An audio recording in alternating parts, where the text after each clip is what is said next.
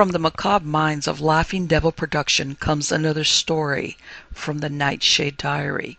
You know what that means. Check under the bed and make sure no one or nothing is there. Is the closet door securely shut? Then leave your disbelief behind, amp up your imagination, and hang on tight for another ride into terror and mystery. And like all good horror stories, just imagine it's a dark and stormy night. And remember, screaming like a little girl is permitted.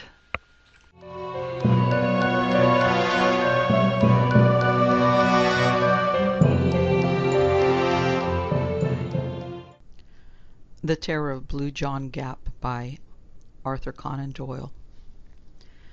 The following narrative was found among the papers of Dr. James Hardcastle, who died of phthisis on February 4, 1908, at 36 Upper Coventry Flats, South Kensington.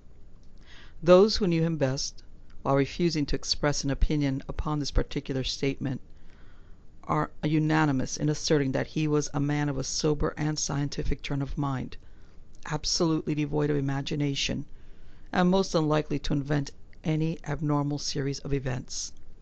The paper was contained in an envelope, which was docketed, a short account of the circumstances which occurred near Miss Allerton's farm in northwest Derbyshire in the spring of last year. The envelope was sealed, and on the other side was written in pencil, "Dear Seaton, it may interest and perhaps pain you to know that the disbelief with which you met my story has prevented me from ever opening my mouth upon the subject again. I leave this record after my death, and perhaps strangers may be found to have more confidence in me than my friend. Inquiry has failed to elicit who the Seaton may have been. I may add that the visit of the deceased to Allerton's farm, and the general nature of the alarm there, apart from his particular explanation, have been absolutely established. With this forward I append this account exactly as he left it. It is in the form of a diary, some entries in which have been expanded, while a few have been erased. April 17. Already I feel the benefit of this wonderful upland air. The farm of the Allerton lies 1,420 feet above sea level, so it may well be a bracing climate. Beyond the usual morning cough, I have very little discomfort, and, what with the fresh milk and the home-grown mutton, I have every chance of putting on weight. I think Sanderson will be pleased. The two Miss Allertons are charmingly quaint and kind, two dear little hard-working old maids, who are ready to lavish all the heart which might have gone out to husband and to children upon an invalid stranger. Truly the old maid is a most useful person, one of the reserve forces of the community. They talk of superfluous woman, but what would the poor superfluous man do without her kindly presence? By the way, in their simplicity they very quickly let out the reason why Saundersons recommended their farm. The Professor rose from the ranks himself, and I believe that in his youth he was not above scaring crows in these very fields. It is a most lonely spot, and the walks are picturesque in the extreme. The farm consists of grazing land laying at the bottom of an irregular valley. On each side are the fantastic limestone hills, formed of rock so soft that you could break it away with your hands. All this country is hollow. Could you strike it with some gigantic hammer, it would boom like a drum, or possibly cave in altogether and expose some huge subterranean sea. A great sea there must surely be, for on all sides the streams run into the mountain itself, never to reappear. There are gaps everywhere amid the rocks, and when you pass through them, you find yourself in great caverns, which wind down into the bowels of the earth. I have a small bicycle lamp, and it is a perpetual joy to me to carry it into these weird solitudes, and to see the wonderful silver and black effects when I throw its light upon the stalactites which drape the lofty roofs. Shut off the lamp, and you are in the blackest darkness. Turn it on, and it is a scene from the Arabian Nights. But there is one of these strange openings in the earth which has a special interest, for it is the handiwork, not of nature, but of man. I had never heard of Blue John when I came to these parts. It is a name given to a peculiar mineral of a beautiful purple shade, which is only found at 1 or 2 places in the world. It is so rare that an ordinary vase of Blue John would be valued at a great price. The Romans, with the extraordinary instinct of theirs, discovered that it was to be found in this valley, and sank a horizontal shaft deep into the mountain side. The opening of their mine has been called Blue John Gap, a clean-cut arch in the rock, the mouth all overgrown with bushes. It is a goodly passage which the Roman miners have cut, and it intersects some of the great water-worn caves, so that if you enter Blue John Gap, you do well to mark your steps and to have a good store of candles, or you may never make your way back to the daylight again. I have not yet gone deeply into it, but this very day I stood at the mouth of the arched tunnel, and peering down into the black recesses beyond, I vowed that when my health returned, I would devote some holiday to exploring those mysterious depths, and finding out for myself how far the Roman had penetrated into the Derbyshire hills. Strange how superstitious these countrymen are. I should have thought better of a young Armitage, for he is a man of some education and character, and a very fine fellow for his station in life. I was standing at the Blue John Gap when he came across the field to me. "Well, doctor," said he, "you're not afraid, anyhow." "Afraid?" I answered. "Afraid of what?" "Of it," said he, with a jerk of the thumb towards the black vault. "Of the terror that lives in the Blue John cave." How absurdly easy it is for legend to arise in a lonely countryside! I examined him as to the reasons for his weird belief. It seems that from time to time sheep have been missing from the fields, carried bodily away according to Armitage. That they could have wandered away of their own accord and disappeared among the mountains was an explanation to which he would not listen. On one occasion a pool of blood had been found, and some tufts of wool. That also, I pointed out, could be explained in a perfectly natural way. Further, the nights upon which sheep disappeared were invariably very dark, cloudy nights with no moon.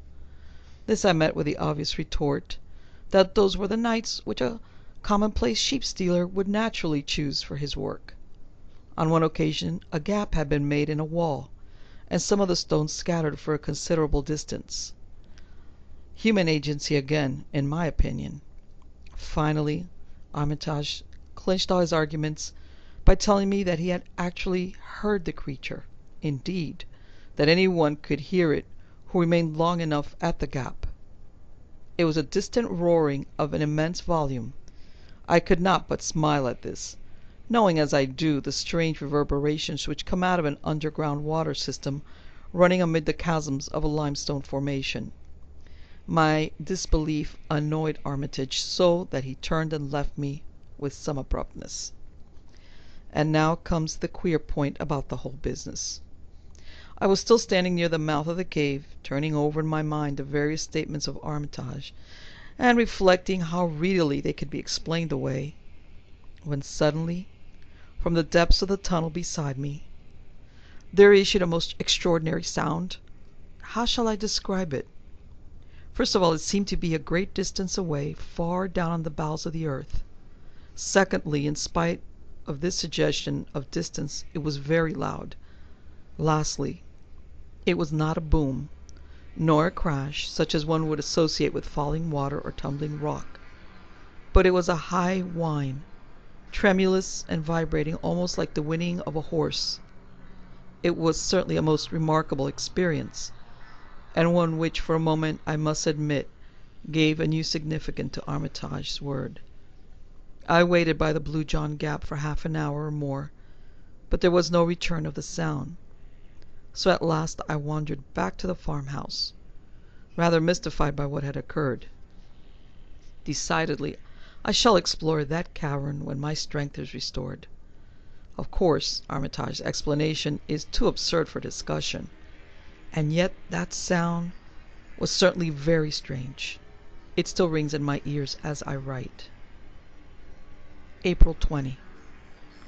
In the last 3 days, I have made several expeditions to the Blue John Gap, and have been penetrated to some short distance, but my bicycle lantern is so small and weak that I dare not trust myself very far.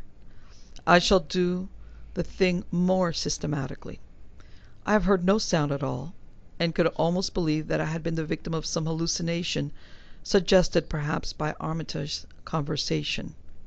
Of course, the whole idea is absurd, and yet I must confess that those bushes at the entrance of the cave do present an appearance as if some heavy creature had forced its way through them. I begin to be keenly interested. I have said nothing to the Miss Allertons, for they are quite superstitious enough already, but I have bought some candles, and mean to investigate for myself. I observed this morning that among the numerous tufts of sheep's wool which lay among the bushes near the cavern, there was one which was smeared with blood. Of course, my reason tells me that if sheep wander into such rocky places, they are likely to injure themselves. And yet, somehow, that splash of crimson gave me a sudden shock, and for a moment I found myself shrinking back in horror from the old Roman arch. A fetid breath seemed to ooze from the black depths into which I peered. Could it indeed be possible that some nameless thing, some dreadful presence, was lurking down yonder?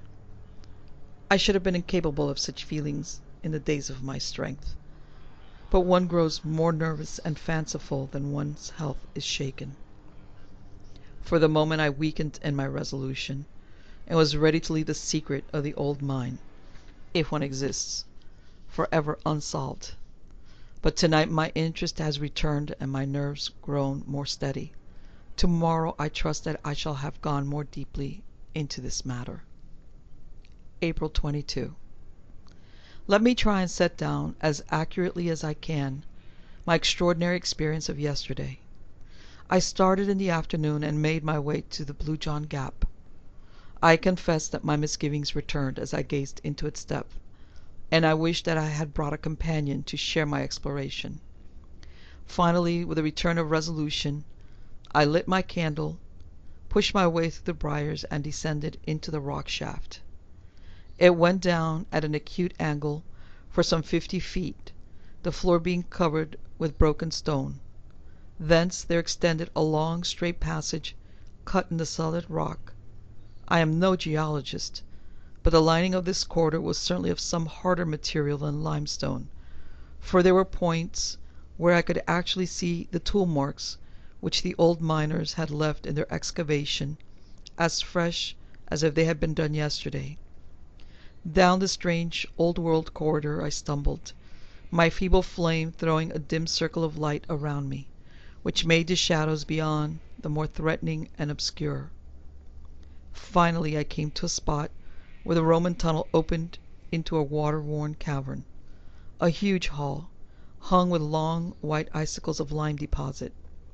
From this central chamber I could dimly perceive that a number of passages worn by the subterranean streams wound away into the depths of the earth.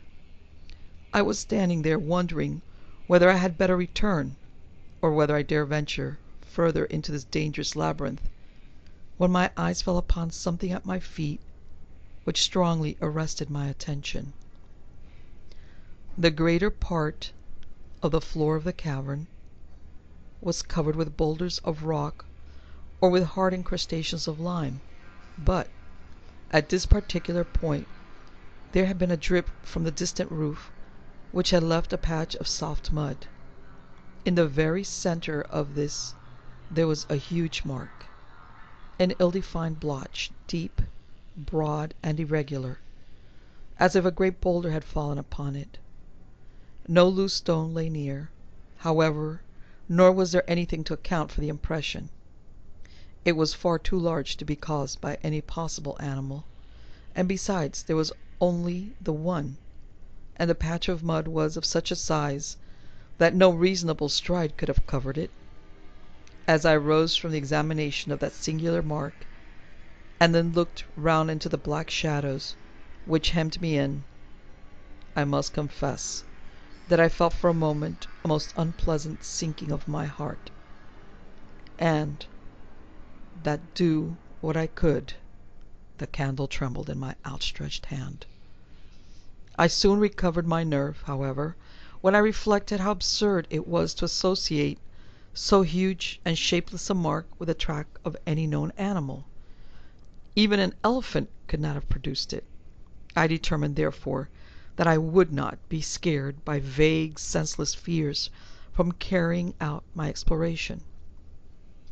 Before proceeding, I took good note of a curious rock formation in the wall by which I could recognize the entrance of the Roman tunnel.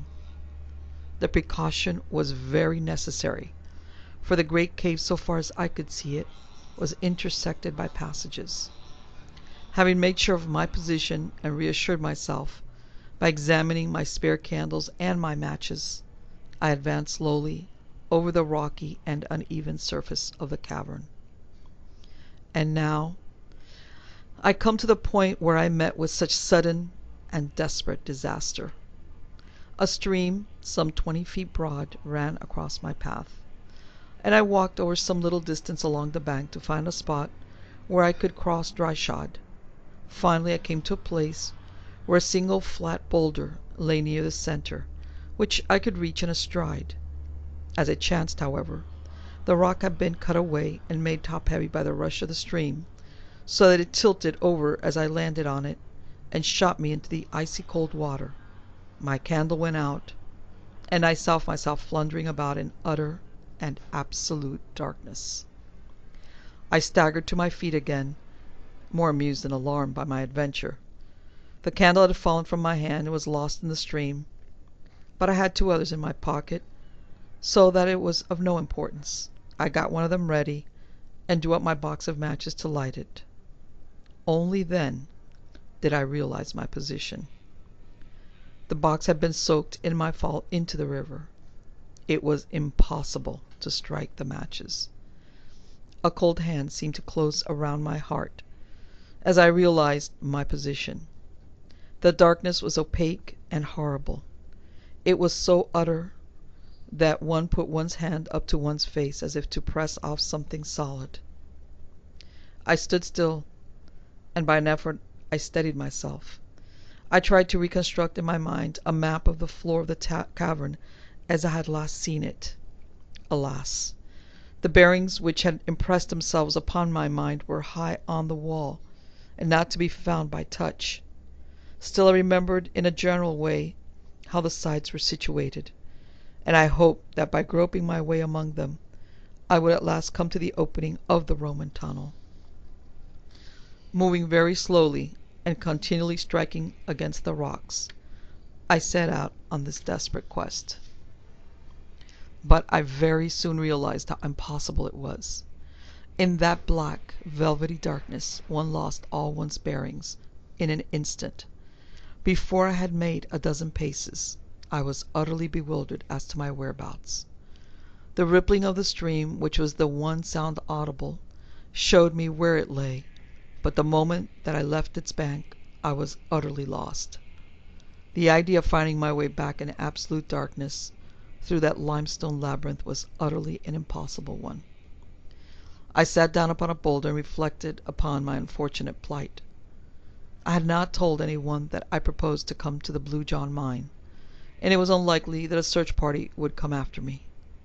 Therefore I must trust to my own resources to get clear of the danger. There was only one hope, and that was that the matches might dry. When I fell into the river, only half of me had got thoroughly wet.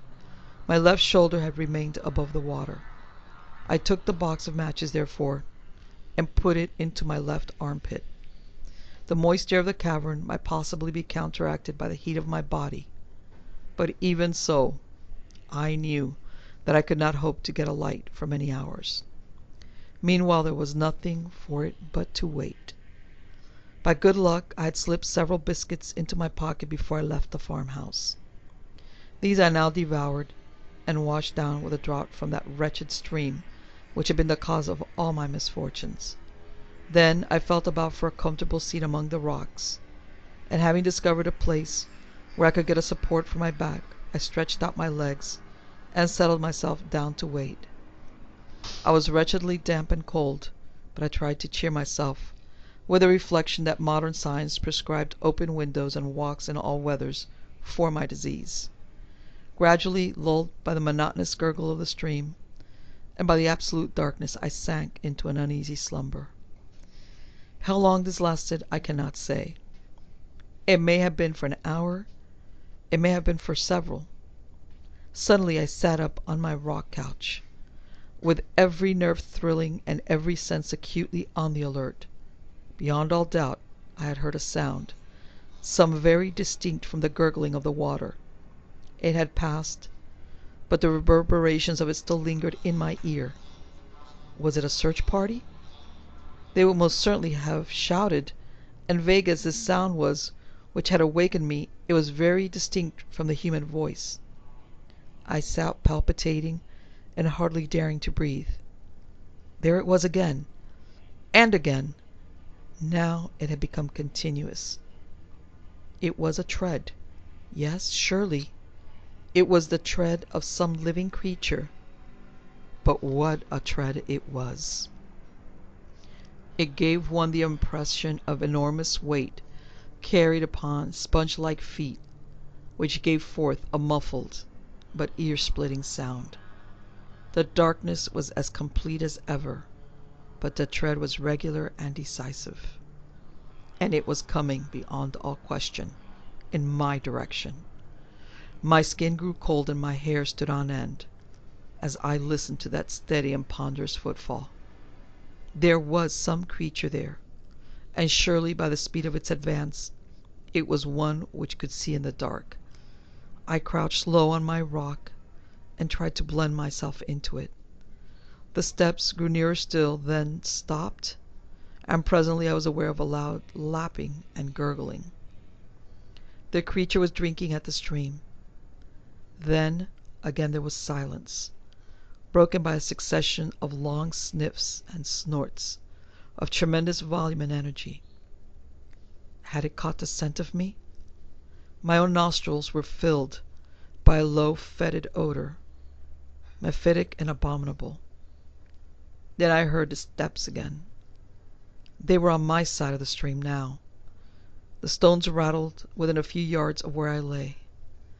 Hardly daring to breathe, I crouched upon my rock. Then the steps drew away. I heard the splash as it returned across the river, and the sound died away into the distance in the direction from which it had come. For a long time I lay upon the rock, too much horrified to move. I thought of the sound which I had heard coming from the depths of the cave, of Armitage's fear, of the strange impression in the mud, and now came the final and absolute proof that there was indeed some inconceivable monster, something utterly unearthly and dreadful, which lurked in a hollow of the mountain. Of its nature or form I could frame no conception, save that it was both light-footed and gigantic. The combat between my reason, which told me that such things could not be, and my senses, which told me that they were, raged within me as I lay. Finally, I was almost ready to persuade myself that this experience had been part of some evil dream, and that my abnormal condition might have conjured up a hallucination. But there remained one final experience, which removed the last possibility of doubt from my mind. I had taken my matches from my armpit and felt them. They seemed perfectly hard and dry. Stooping down into a crevice of the rocks, I tried one of them. To my delight, it took the fire at once. I lit the candle, and with a terrified backward glance into the obscure depth of the cavern, I hurried in the direction of the Roman passage. As I did so, I passed the patch of mud on which I had seen the huge imprint. Now I stood astonished before it, for there were 3 similar imprints upon its surface, enormous in size, irregular in outline, of a depth which indicated the ponderous weight which had left them. Then a great terror surged over me. Stooping and shading my candle with my hand, I ran in a frenzy of fear to the rocky archway, hastened upon it, and never stopped until, with weary feet and panting lungs, I rushed up the final slope of stones, broke through the tangle of briars, and flung myself exhausted upon the soft grass under the peaceful light of the stars. It was 3 in the morning when I reached the farmhouse, and today I am all unstrung and quivering after my terrific adventure. As yet I have told no one. I must move warily in the matter. What would the poor lonely women or the uneducated yokels here think of it, if I were to tell them my experience? Let me go to someone who can understand and advise. April 25. I was laid up in bed for 2 days after my incredible adventure in the cavern. I use the adjective with a very definite meaning, for I have had an experience since which has shocked me almost as much as the other. I have said that I was looking round for someone who would advise me. There is a Dr. Mark Johnson, who practices some few miles away, to whom I had a note of recommendation from Professor Saunderson. To him I drove, when I was strong enough to get about, and I recounted to him my whole strange experience. He listened intently and then carefully examined me, paying special attention to my reflexes and to the pupils of my eyes. When he had finished, he refused to discuss my adventure, saying that it was entirely beyond him. But he gave me the card of a Mr. Picton at Castleton, with the advice that I should instantly go to him and tell him the story exactly as I had done to himself. He was, according to my adviser, the very man who was preeminently suited to help me. I went on to the station, therefore, and made my way to the little town, which is some 10 miles away. Mr. Picton appeared to be a man of importance, as his brass plate was displayed upon the door of a considerable building on the outskirts of the town.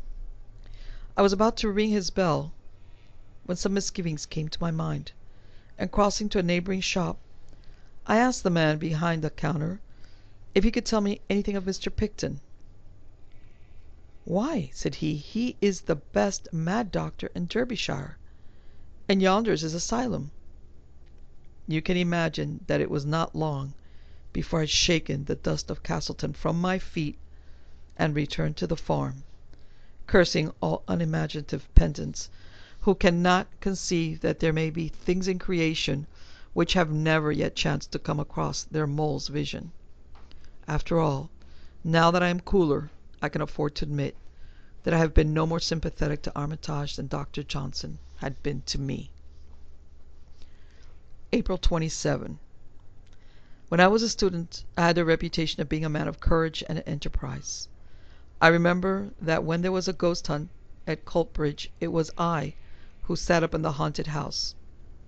Is it advancing years? After all, I am only 35. Or is it this physical malady which has caused degeneration? Certainly my heart quails when I think of that horrible cavern in the hill, and the certainty that it had some monstrous occupant. What shall I do? There is not an hour in the day that I do not debate the question. If I say nothing, then the mystery remains unsolved. If I do say anything, then I have the alternative of mad alarm over the whole countryside, or of absolute incredulity, which may end in consigning me to an asylum. On the whole, I think that my best course is to wait, and to prepare for some expedition which shall be more deliberate and better thought out than the last.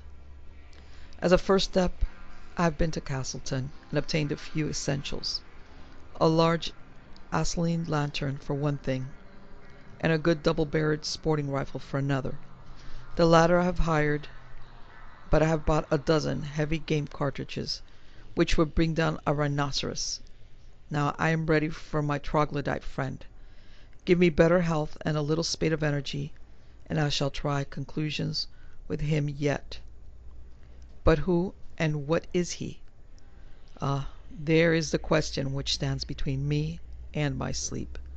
How many theories do I form, only to discard each in turn?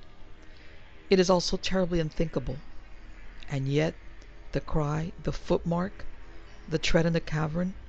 No reasoning can get past these. I think of the old world legends of dragons and of other monsters. Were they perhaps not such a fairy tale as we thought? Can it be that there is some fact which underlies them? And am I, of all mortals, the one who is chosen to expose it? May 3rd. For several days I have been laid up by the vagaries of an English spring, and during those days there have been many developments, the true and sinister meaning of which no one can appreciate save myself. I may say that we have had cloudy and moonless nights of late, which, according to my information, were the seasons upon which sheep disappeared. Well, sheep have disappeared. 2 of Miss Allerton's, 1 of old Pearson's of the catwalk, and 1 of Mrs. Moulton's, 4 in all, during these nights. No trace is left of them at all, and the countryside is buzzing with rumors of gypsies and of sheep stealers. But there is something more serious than that. Young Armitage has disappeared also. He left his moorland cottage early on Wednesday night, and has never been seen or heard of since. He was an unattached man, so there is less sensation than would otherwise be the case. The popular explanation is that he owes money, and has found a situation in some other part of the country, whence he will presently write for his belongings. But I have great misgivings. Is it much more likely that the recent tragedy of the sheep has caused him to take some steps which may have ended in his own destruction? He may, for example, have lain in wait for the creature, and been carried off by it into the recesses of the mountains. What an inconceivable fate for a civilized Englishman of the 20th century! And yet I feel that it is possible and even probable. But in that case, how far am I answerable both for his death and for any other mishap which may occur?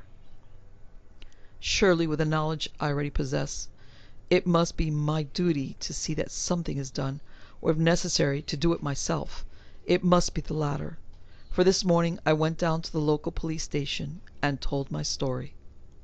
The inspector entered in all in a large book, and bowed me out with commendable gravity. But I heard a burst of laughter before I got down his garden path. No doubt he was recounting my adventure to his family. June 10th. I am writing this propped up in bed, 6 weeks after my last entry in this journal. I have gone through a terrible shock both to mind and body, arising from such an experience as has seldom befallen a human being before. But I have attained my end. The danger from the terror which dwells in the Blue John Gap has passed never to return. Thus much, at least I, a broken invalid, have done for the common good. Let me now recount what occurred as clearly as I may. The night of Friday, May 3rd, was dark and cloudy, the very night for the monster to walk. About 11 o'clock, I went from the farmhouse with my lantern and my rifle, having first left a note upon the table of my bedroom, in which I said that if I were missing, search should be made for me in the direction of the gap. I made my way to the mouth of the Roman shaft, and having perched myself among the rocks close to the opening, I shut off my lantern and waited patiently with my loaded rifle ready to my hand. It was a melancholy vigil. All down the winding valley I could see the scattered lights of the farmhouses, and the church clock of Chapelle le Dale, tolling the hours, came faintly to my ears. These tokens of my fellow men served only to make my own position seem the more lonely, and to call for a greater effort to overcome the terror which tempted me continually to get back to the farm and abandon for ever this dangerous quest. And yet there lies deep in every man a rooted self-respect which makes it hard for him to turn back from that which he had once undertaken. This feeling of personal pride was my salvation now, and it was that alone which held me fast when every instinct of my nature was dragging me away. I am glad now that I had the strength, In spite of all that it has cost me, my manhood is at least above reproach. 12 o'clock struck in the distant church, then 1, then 2. It was the darkest hour of the night. The clouds were drifting now, and there was not a star in the sky.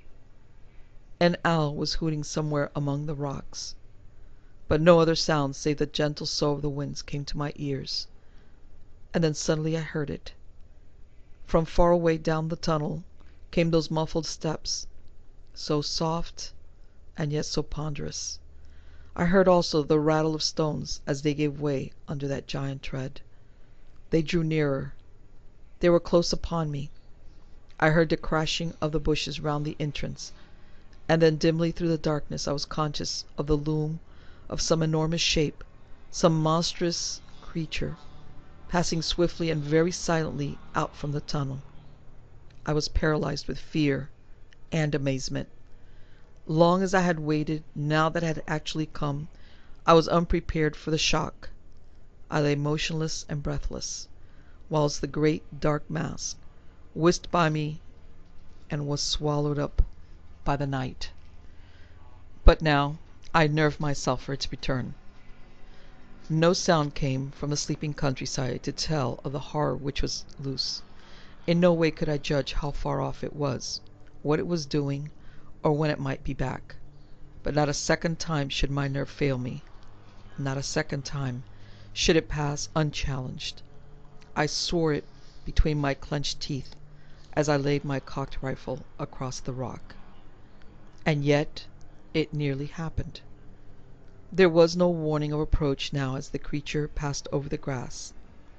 Suddenly, like a dark drifting shadow, the huge bulk loomed up once more before me, making for the entrance of the cave. Again came that paralysis of volition which held my crooked forefinger impotent upon the trigger. But with a desperate effort I shook it off. Even as the brushwood rustled and the monstrous beast blended with the shadow of the gap, I fired at the retreating form. In the blaze of the gun I caught a glimpse of a great shaggy mass, something with rough and bristling hair of a withered grey colour, fading away to white in its lower parts. The huge body supported upon short, thick, curving legs. I had just that glance, and then I heard the rattle of the stones as the creature tore down into its burrow. And in an instant, with a triumphant revulsion of feeling, I had cast my fears to the wind, and uncovering my powerful lantern with my rifle in my hand, I sprang down from my rock and rushed after the monster down the old Roman shaft. My splendid lamp cast a brilliant flood of vivid light in front of me, very different from the yellow glimmer which had aided me down the same passage only 12 days before. As I ran, I saw the great beast lurching along before me, its huge bulk filling up the whole space from wall to wall. Its hair looked like coarse, faded oakum, and hung down in long, dense masses which swayed as it moved. It was like an enormous, unclipped sheep in its fleece, but in size it was far larger than the largest elephant, and its breadth seemed to be nearly as great as its height. It fills me with amazement now to think that I should have dared to follow such a horror into the bowels of the earth. But when one's blood is up, and when one's quarry seems to be flying, the old primeval hunting spirit awakes, and prudence is cast to the wind. Rifle in hand, I ran at the top of my speed upon the trail of the monster. I had seen that the creature was swift. Now I was to find out, to my cost, that it was also very cunning. I had imagined that it was in panic flight, and that I had only to pursue it. The idea that it might turn upon me never entered my excited brain. I have already explained that the passage down which I was racing opened into a great central cave. Into this I rushed, fearful lest I should lose all trace of the beast.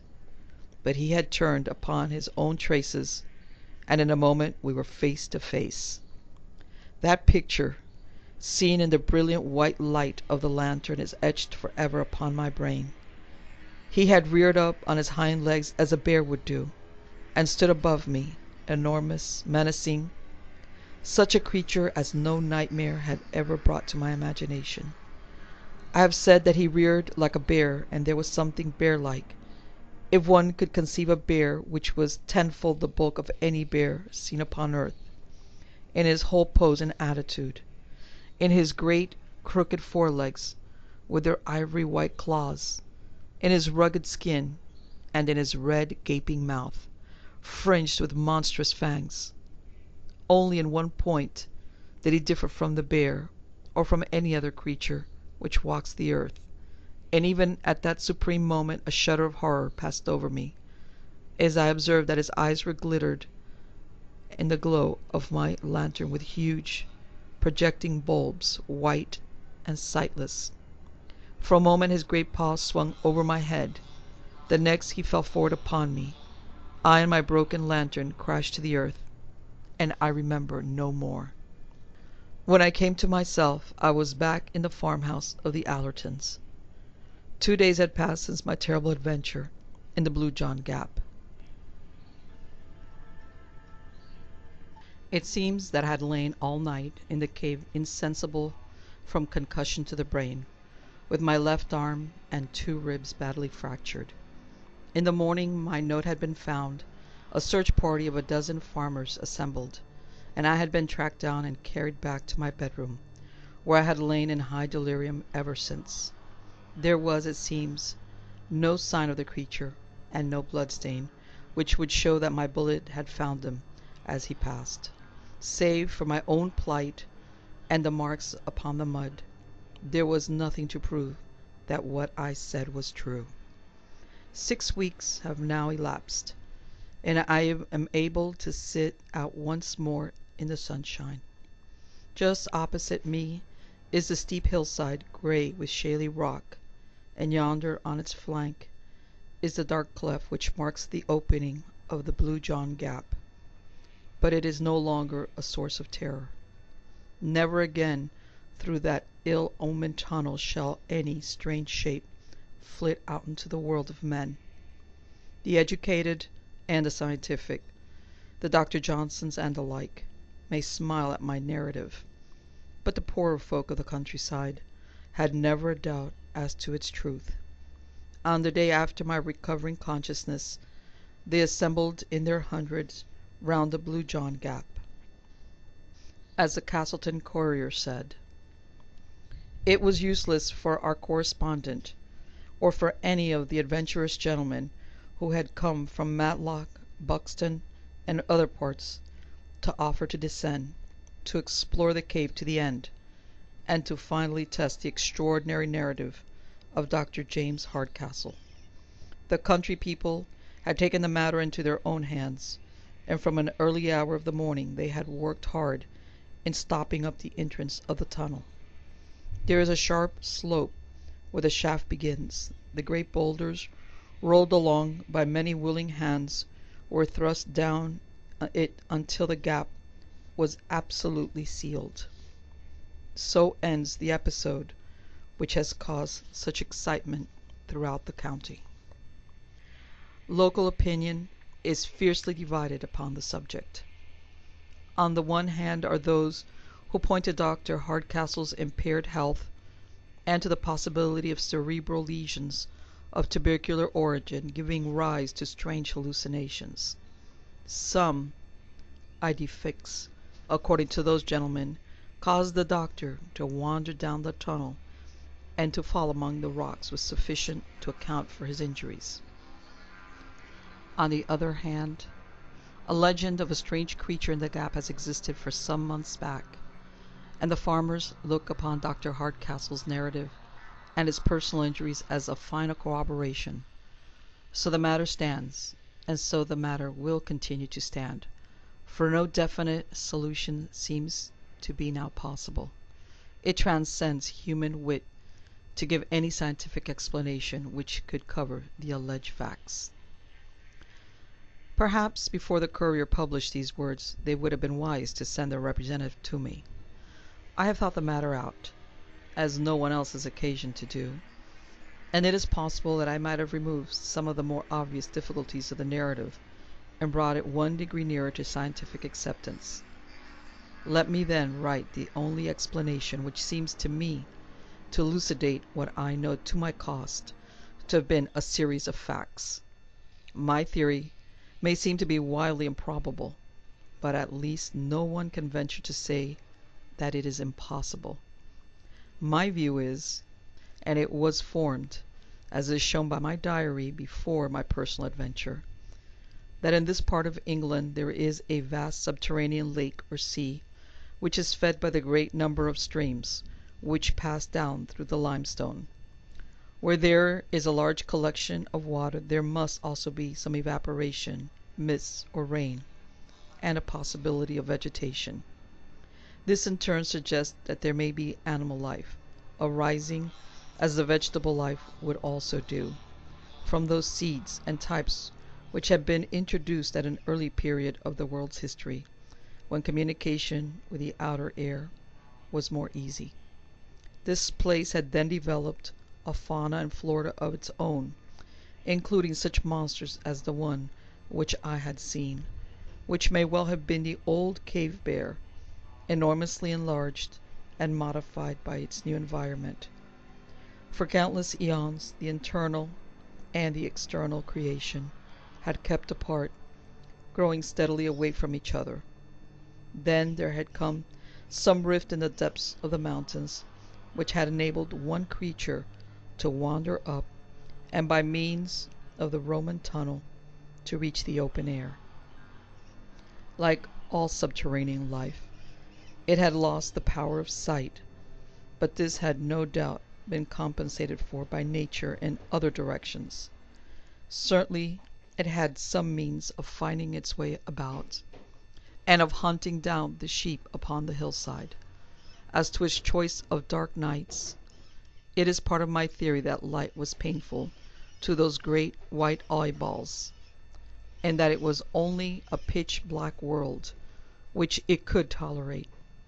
Perhaps, indeed, it was the glare of my lantern which saved my life at that awful moment when we were face to face. So, I read the riddle. I leave these facts behind me, and if you can explain them, do so. Or if you choose to doubt them, do so. Neither your belief nor your disbelief can alter them, nor affect one whose task is nearly over. So ended the strange narrative of Dr. James Hardcastle.